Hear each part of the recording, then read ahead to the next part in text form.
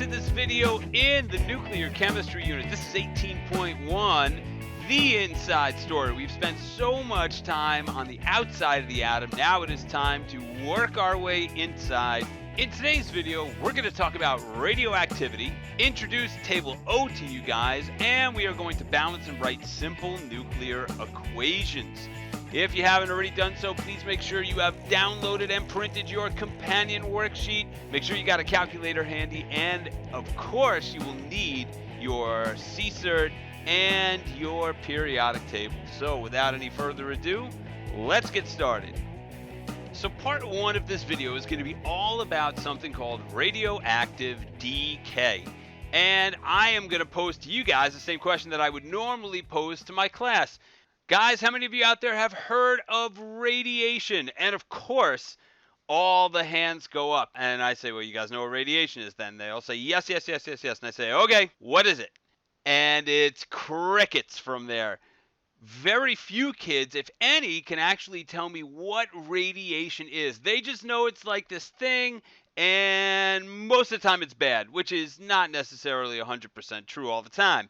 So in order to understand radiation, we have to understand something called radioactive decay. And what that is a process in which a nucleus will spontaneously disintegrate, giving off these particles, which we call radiation. The term was really coined by this young lady right here. This is Marie Curie, who did numerous experiments on radioactive materials with her husband Pierre and Henry Becquerel. Curie was notable because she was the first Nobel Prize winner. She won the Nobel Prize twice for her work with radioactive materials, and her experiments really gave rise to the fact there was a thing called radiation and helped further support that atoms were indeed made of particles that were smaller than the atom itself. So in order to understand radioactivity, you have to understand that these radioisotopes, which are these elements that are radioactive for a reason. And the reason is that the nucleus in a radioactive element is unstable. Now, most of the time, the nucleus is quite stable, and it's held together by this thing called a strong nuclear force. And that is really the greatest of all the fundamental forces between protons and neutrons, and when we get really smaller, although we're not delving into it in this video, quarks. That elusive, mysterious nuclear force is stronger than any of the electrostatic repulsion between the positive particles that are indeed in a nucleus. So the reasons why some atoms will become radioactive and decay is actually pretty simple, and it has to do with a ratio of neutrons to protons. And there is a ratio that is kind of like the porridge from the nursery rhymes. It is just right. There's a perfect ratio. And when that ratio becomes upset, you wind up having radioactive particles that get emitted. Let's dive into that a little bit. Essentially, a stable ratio is always 1-to-1. And you will notice that the elements that have one neutron for every one proton are always stable. When you get up to about 1.5-to-1 in terms of a neutron to proton ratio, that is where an atom's nucleus has the potential to become unstable. And the result are what we call these radioactive emissions.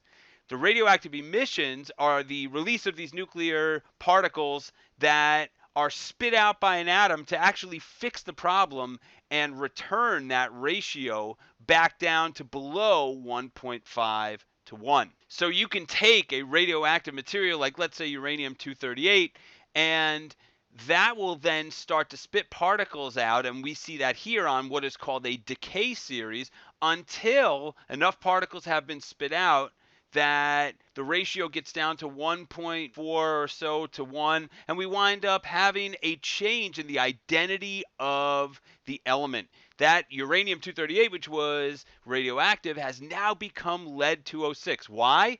Well, if you're spitting out particles in the nucleus, you are technically spitting out protons, neutrons, and there's some other stuff that's in there, which I'll get to in a second, and that's going to change the identity of your atom. When we do change the identity of an atom, it is something called transmutation. And here on the right-hand side, you are looking at the decay series for thorium. Here we have thorium-232 becoming lead-208. It's going through a series of different decays, and we'll notice the identity is changing until it gets down to that more stable lead-208, which is an interesting isotope of lead. But I mean, we've gone all the way from thorium, actinium, radium, francium, radon, astatine, through all these different elements. Now, does that mean it turned into that element? No. But its nuclear structure would be identical to that of one of these elements. Remember, it is the atomic number that gives the element its identity. So here, if we had, let's say, 88 protons, we would know that we had radium. So that is what transmutation is, and it is something that many radioactive materials undergo. So now's our time to start some work on the material that is being taught in this video. We are going to practice what we've learned. You guys are going to learn how to calculate a neutron to proton ratio and determine if an element is stable. Doing so is pretty easy. All we have to do is take the number of neutrons and divide that by the number of protons. Once you do that, if you get a number that is 1.5 or greater, your element is unstable. If it is less than 1.5, your element will be stable.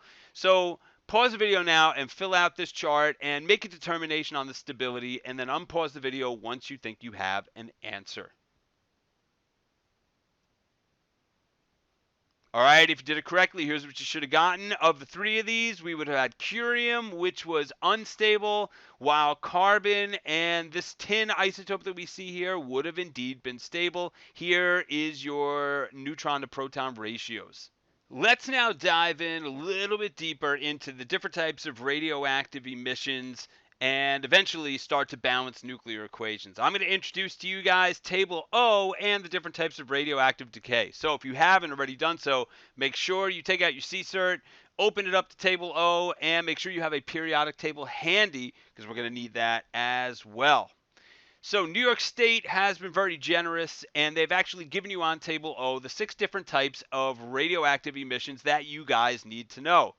They range from the alpha particles all the way down to the positrons. And each emission is going to differ in its mass, its charge, and its penetrating power. One of the important things you guys are going to have to do is match the symbol with the type of emission and then understand what kind of notation it corresponds to. So make sure you put that in your pocket.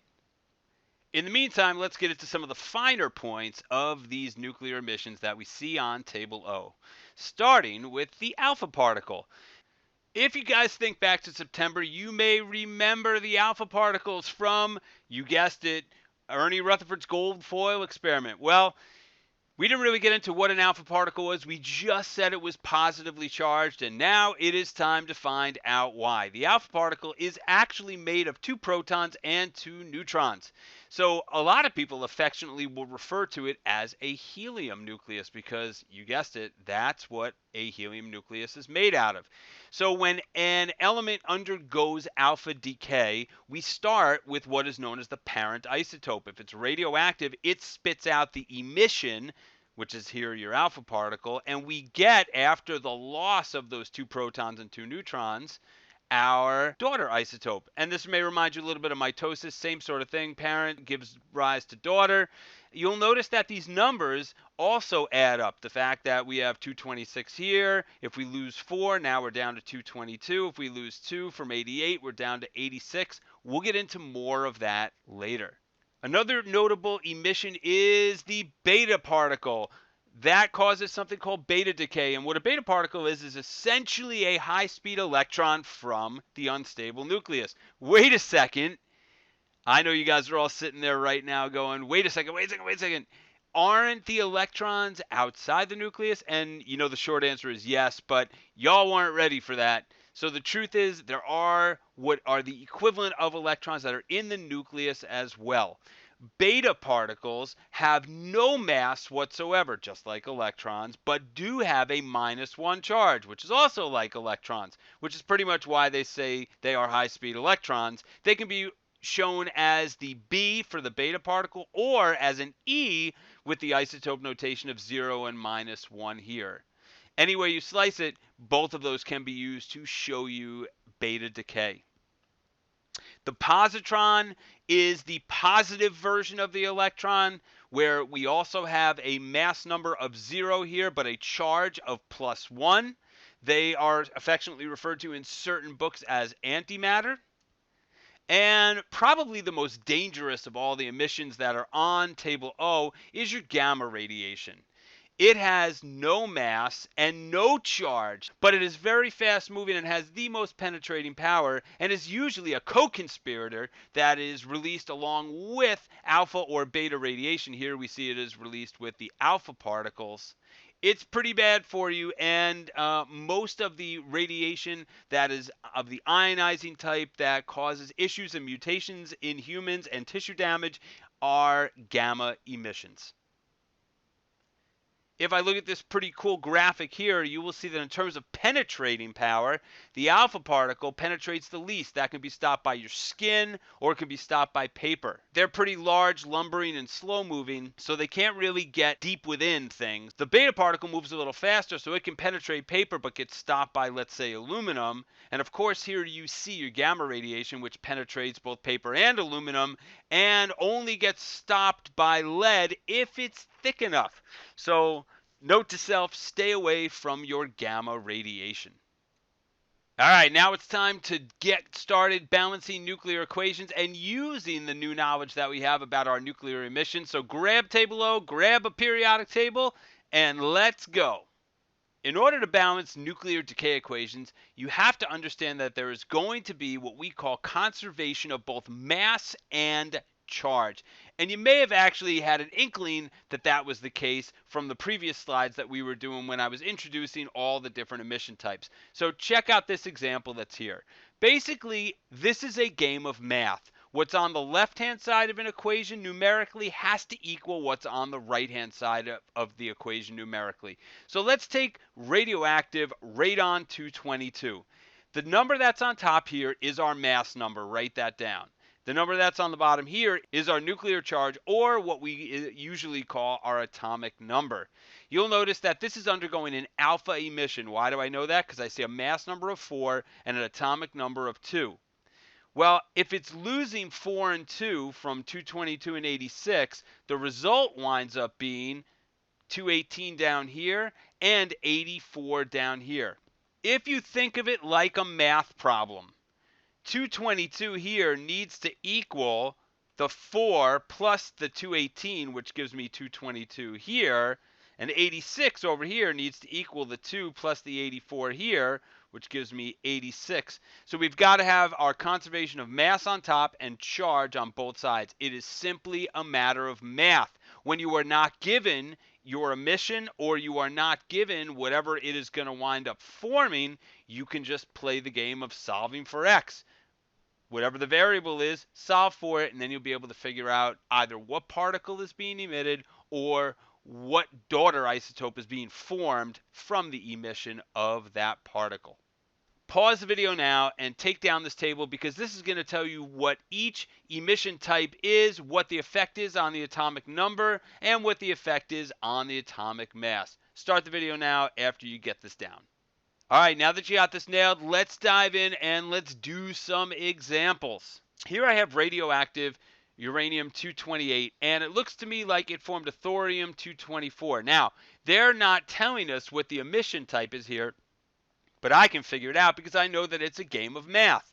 I have 228 on one side here. I have 224 on the other. What plus 224 gets me 228? Well, that's simple. I know I'm going to have a mass of 4.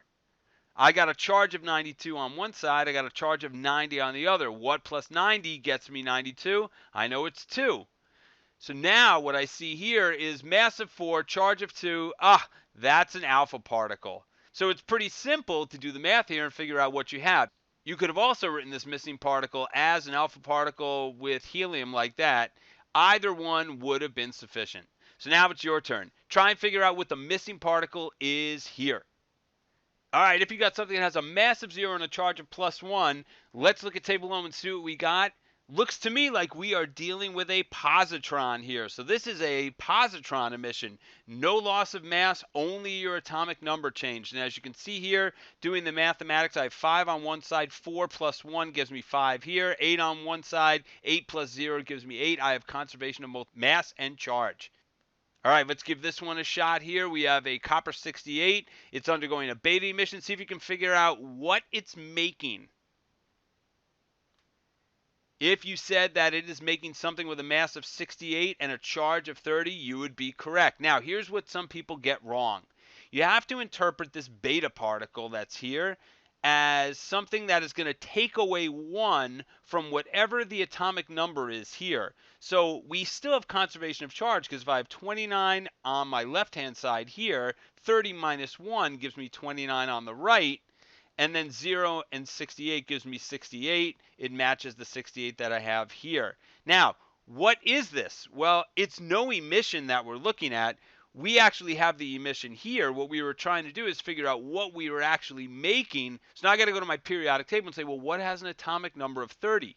And if you found zinc, you would be absolutely right. So what we see here is that we had a beta emission and we formed zinc 68. Super easy. So now it is your turn. Figure out either the missing emission that you have here, or figure out what the new element is that is formed. Pause the video now and then unpause when you're ready for the answers. All right, if you did it correctly, here's what you should have gotten. Make sure if you got any errors that you note them and bring them up at the Burning Questions segment tomorrow. Here's another one for you to try. These ones are now word problems. So here it's saying bismuth 213 emits an alpha particle. And now they're asking you a series of questions. Pause the video now and see if you can answer these. Unpause when you're ready for the answer. Okay, if you did this correctly, here's what you should have gotten. Remember, if you do have any questions on any of this stuff, make sure you bring them up at our Burning Questions segment tomorrow, where we can fix all the ills that you guys might actually have. So that's it for me. It has been a pleasure helping bring you through the introduction to nuclear chemistry. I will see you once again on the flip side. Peace out. That's all, folks.